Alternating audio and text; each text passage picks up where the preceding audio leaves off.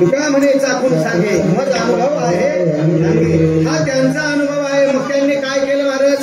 जाळून संसार संसाराच्या तुका म्हणे कोडू वाटतो प्रपंचाची राख रांगोळी करून टाकले मला संसाराची का ते भयानक व्यसन आहे. असं भयानक व्यसन आहे. मग असं जरी भयानक व्यसन आहे प्रत्येकाच्या पाठीमागे महाराज आपला वेळ या ठिकाणी संपुष्टात आलेला आहे. फक्त उरले 10 मिनिटं. 10 मिनिटामध्ये आपल्याला आता फक्त आपण नुसता अभंगामध्ये प्रवेश केला कारण आपला वेळ संपून गेला. याचं कारण आहे असं आपण जर लांबवलं बी तर महाराज लहान लहान लेकरं असतात आणि 9 वाजले की त्यांना डोकले यायला सुरुवात होते. लहान मुलांना म्हटल्यानंतर प्रसादाचा फार आनंद असतो. पंक्तीमध्ये खात नाही काही पण पंक्तीतला आनंद फार वेगळा असतो. हो म्हणून आणि आज ते भगवान श्रीकृष्ण परमात्म्याच्या रूपामध्ये आहेत म्हणून वेळेचं सुद्धा काय ठेवावं लागतं? बंधन ठेवावं लागतं. म्हणून महाराज सांगतायत संसार जर पाहिला महाराज हा मायातील संसार दुःख भांगडी असा असणार जो संसार आहे. संसाराच्या पाठीमागं भयानक व्यसन आहे. आता कोणतं व्यसन आहे का? याच्यामध्ये महाराज धन दारा पुत्र जन बंधू सोयरे विष्णू एवढं व्यसन आहे. हे सर्व व्यसनच आहे. आता काय काय माणसांना महाराज पत्नीची सेवा करायला लागते. जर समजा आजाराने ग्रस्त असेल तर सर्व पाणी आणून द्यावं लागतं, सर्व काही बाजार आणून द्यावं लागतो. किंवा एखाद्याचा पतीची सेवा करावं लागते त्याच्यात तर पुण्य आहे. पण कधी कधी महाराज मुलं सुद्धा त्रास देतात. महाराज किती त्रास आहे.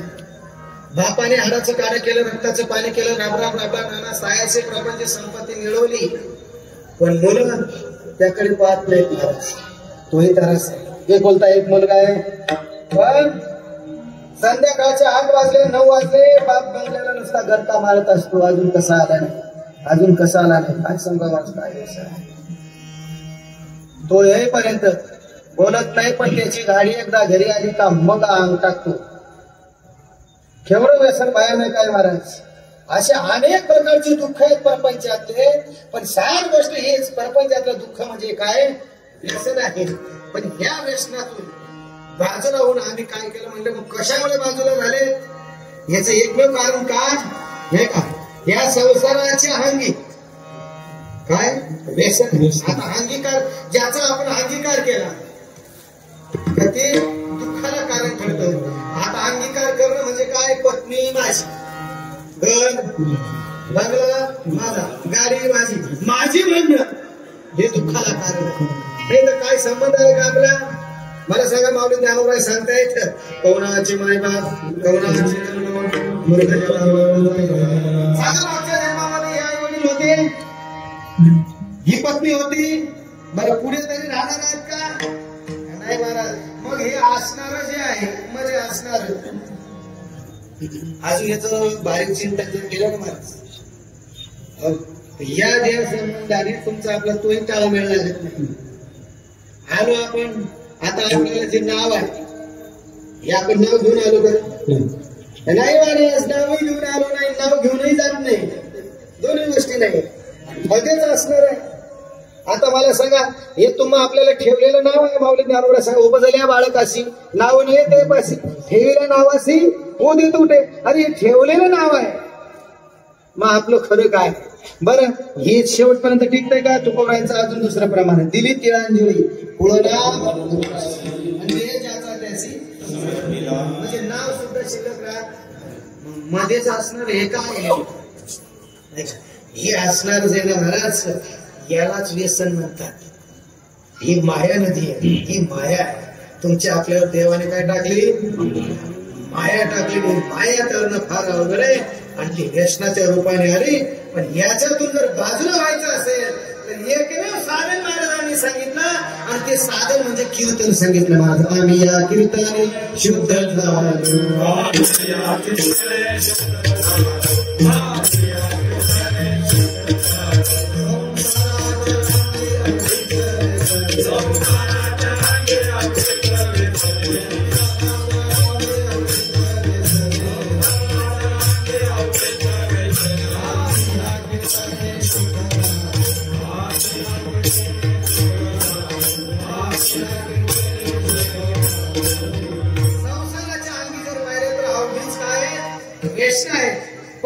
आम्ही मात्र या कीर्तनाने शुद्ध झालो.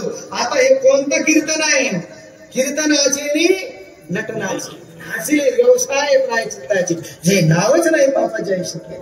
किंवा सततम कीर्तयंतो ना, अर्जुना तू सतत माझं कीर्तन कर. माझं कीर्तन कोणतं करायचं आहे? नामसंकीर्तन.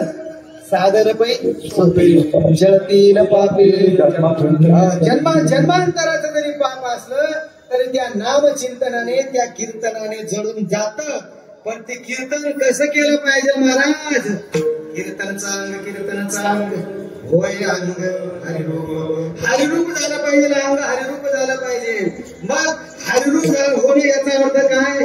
आता हरिपाठामध्ये पाहिलं ना महाराज, हरिपाठामध्ये काय आनंद होता, यालाच हरिरूप म्हणतात. होय अंग तल्लीन होतात महाराज. हे भाव हरपला, हे भान हरपून आमच्या माता वगैरे पुरुष मंडळी महाराज. तुका म्हणे वृद्ध होती तरणे रे, नाही का? आता बाळ मस्त होय, पण अजूनही 20 वर्षाच्या मुलाला लाजवेल एवढं काय भक्तीचा आनंद आहे. आणि त्या आनंदामध्ये मग महाराज सांगतात, आम्ही या कीर्तनी शुद्ध झालो. या कीर्तनाने, या भगवत भक्तीच्या नामस्मरण आणि या नामचिंतनाने महाराज काय होतात? शुद्ध होतात. हो, आणि म्हणून महाराज सांगतात, फट नट यावे शुद्ध होणे जावे, गरुडी पेटी व्हावे सोठा मेळा. मग तुम्हा आपल्याला जर शुद्ध व्हायचं असेल तर त्या भगवान परमात्म्याचे एक वेळा गोड असं नामस्मरण करूया. विठोबा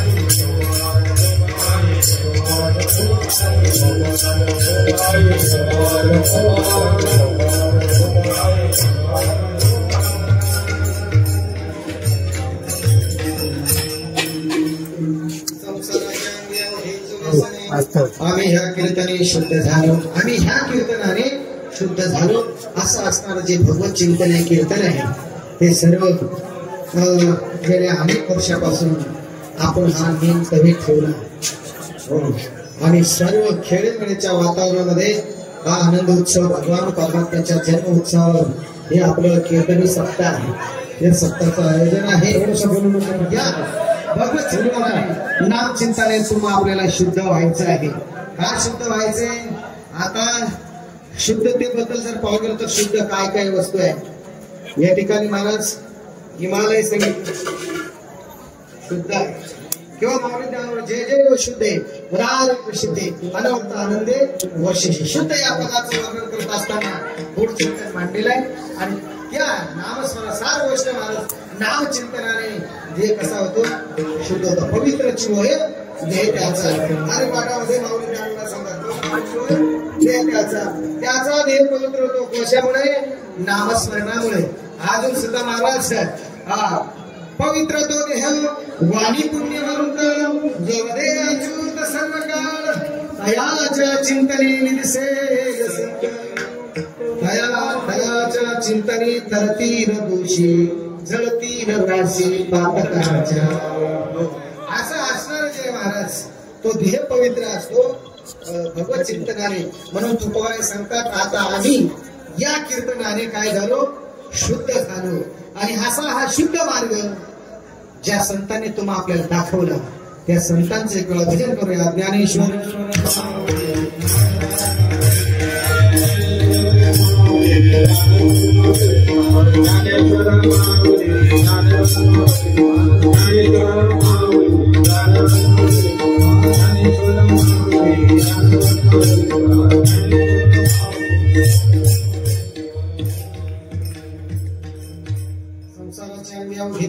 आम्ही या कीर्तने शुद्ध झालो आता हे सोहळे झाली त्रिभुवन विषम ध्वनी सांगेली ब्रह्मपुरीवास करणे अखंड न देखे तोंड विटाळाचे तुका म्हणे आम्हा एकांताचा वास ब्रह्मी ब्रह्मरस शिव सदा याच्याकरता महाराज एकांत सांगितलं महाराज तो खबर आहे एकांत वासामध्ये कुठं जायचे महाराज कधी भामचंद्रावर कधी घोड्यावर तर कधी भांडणाऱ्या डोंगरावर जायचे महाराज एकांत वृक्षवल्ली आम्हा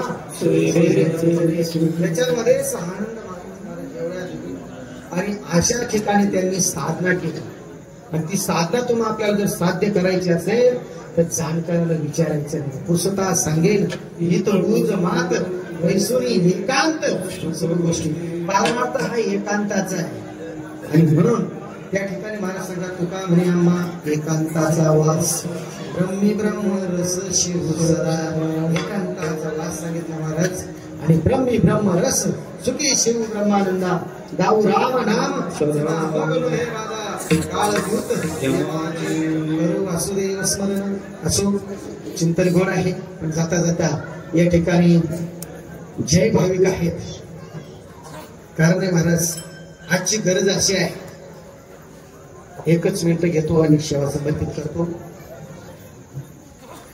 महाराज धर्म जाना कळे काय झाकी येणे डोळे काय काय वेळेला महाराज धर्म माणसाला धर्म कळत नाही तुम्ही आपण ज्या धर्मामध्ये जन्माला आलो त्या धर्माची आचारशुची पाहिजे महाराज त्या धर्माचं आचरण केलं पाहिजे त्या धर्माने काय सांगितलं धर्मामध्ये कसं वागलं पाहिजे याचं आचरण केलं पाहिजे आता धर्म काय सांगतो महाराज तुम्ही आपण जर या धर्मामध्ये जन्माला आलोय तर त्या धर्माचं काय आचरण केलं पाहिजे आता काय आचरण आहे जो हिंदू धर्माची शिकवण आहे महाराज हिंदू धर्माचे भूषण गाय तुळशी वृंदावन गाय आणि तुळशी वृंदावन पाहिजे दुसरी गोष्ट हिंदू माणसाने गंध लावला पाहिजे काय केलं पाहिजे गंध लावला पाहिजे हा शिका म्हणजे शेंडी ठेवली पाहिजे टोप्या घातल्या पाहिजे साधे साधे नेम आहेत पण काही माणसाने महाराज देवाला देवघर सुद्धा ठेवलं नाही 40-50 लाखाची बंगले आहेत पण त्या घरामध्ये देवघर सुद्धा नाही महाराज शोकांतिक आहे एवढंच नवे पहा किती भयानक अवस्था आहे आजची अवस्था आहे ना महाराज जर ग्रामीण भागात नव्हे सर्व जर विचार करू गेलो तर आज 35 वर्षाचे नवरदेव आहेत 30-35 वर्षाचे नवरदेव आहेत मुले भेटत नाही पण 5-6 त्यांचे पहा महाराज तसा प्रकार नाही याच्या अर्थाने लोकसंख्या कमी होत चाललेली आहे विचार करा कशा विषयाचं लग्न होतं त्यावेळेस त्यांना 3 अपत्य होऊन जातात लोकसंख्या रोज पहा मला 70,000 जन्माला येतात रोजचे किती 70,000 जन्माला येतात त्याच्यामध्ये 24,000 हिंदूचे आहेत बाकीचे पुढे काय होणार आहे महाराज म्हणून सर्वांना धर्माचे पालन करणे सर्वांना धर्माचं पालन करायचं सधर्माचं आचरण पहा या ठिकाणी प्रपंचात राहून मोक्ष मार्गाला जाणारे ही दानशूर मंडळी आहे महाराज की ज्यांनी अन्नदान करतायत अन्नदान करतायत आता हा परमार्थ नव्हे हा काही खेळणार राहिला मला जे सिस्टीम आहे हे एवढं लवाजमा उभं करायचं म्हणलं ना तरी सोपं आहे का या ठिकाणी आर्थिक बाब आहे आणि या ठिकाणी जर समजा प्रत्येकाने तन मन धनाने थोडासा खारीचा वाटा उचलला तर कार्य निर्विघ्नपणे पार पडते महाराज सर्वांना तो आनंद घेता येतो हे का एवढा मोठा आनंद आहे म्हणून अन्नदान करत असताना अन्नदान कुठल्याही प्रकारचं दान आहे नाही का. कीर्तन सेवा आहे, कीर्तन सेवेचं हे सुद्धा दान आहे, ज्ञानदान आहे, अन्नदान आहे. आणि हे दान नाही काहीच केलं नाही तर मग तुमच्या धनाचं हरण होणार नाही असं नाही. भागवतामध्ये नाथबाबांनी सांगितलं 15 अनर्थ सांगितले धनाच्या पाठीमागं. किती? 15 अनर्थ आहे. हा, धन हे दानाने शुद्ध होत असतं, म्हणून दान करत चालू. कबीर महाराज या ठिकाणी वेगळं सांगतायत महाराज. सज्जन का धन खाए साधू संत और फकीर, दुर्जन का धन खाए चोर डॉक्टर और वकील. सज्जनाचं धन साधू संत फकीर खातात, दुर्जनाचं धन चोर खातो, डॉक्टर खातो, वकील खातो. म्हणून या सभा मंडपामध्ये असणारी ही जी दानशूर मंडळी आहे, ज्यांनी या ठिकाणी उदात्त अंतकरणाने अन्नदान केलेले, कीर्तनाची सेवा आहे, अनेक सेवा आहेत. त्यामध्ये आमची ही धनुर्धर भजनी मंडळ आहे, ज्येष्ठ श्रेष्ठ 3 टप्प्यामध्ये महाराज भजनी मंडळ आहे आपलं. किती? 3 टप्प्यातलं भजनी मंडळ आहे. हो, 60-65च्या पुढची भजनी मंडळ आहे, 40 ते 50 गटातली आहे, आणि 18 ते 40च्याही गटातली आहे. 3 टप्प्यातले मंडळ आहे. एकादशी जागर जर असला तर अभंग वाटायला येत नाही. मोठा आनंद आहे महाराज. एका हा टिकून ठेवलेला परमार्थ आहे, आणि म्हणून तो टिकावा, म्हणून सर्वांनी या ठिकाणी ते तशा पद्धतीचे प्रयत्न असावेत. हो, म्हणून या ठिकाणी दान माझी दान अतिश्रेष्ठ, अन्नदान ज्ञानदान हे श्रेष्ठ दान आहे, आणि ते जीवाकडनं नित्य घडावं. या ठिकाणी ज्या भाविकांनी या ठिकाणी अन्नदान केलेलं आहे, कीर्तन सेवा घेतलेली, अनेक ज्या ज्या सेवा असतील त्या घेतल्या. या ठिकाणी ही जी वैष्णव मंडळी का करताय? टिकू भक्तीचा यांनी जर हातामध्ये पताका घेतले, सतत हे हरिभजन हे ढवळले, जय महाराज सांगतात कशा करता? याच्यासाठी आम्ही ग्रंथ केले की आपला सेवन गोड झाला पाहिजे. काय? सेवन गोड झाला पाहिजे. आणि तो गोड होण्याकरता काय महाराज भगवत चिंतन सांगितलं, ते चिंतन कसं करायचंय? विठ्ठल जय जय.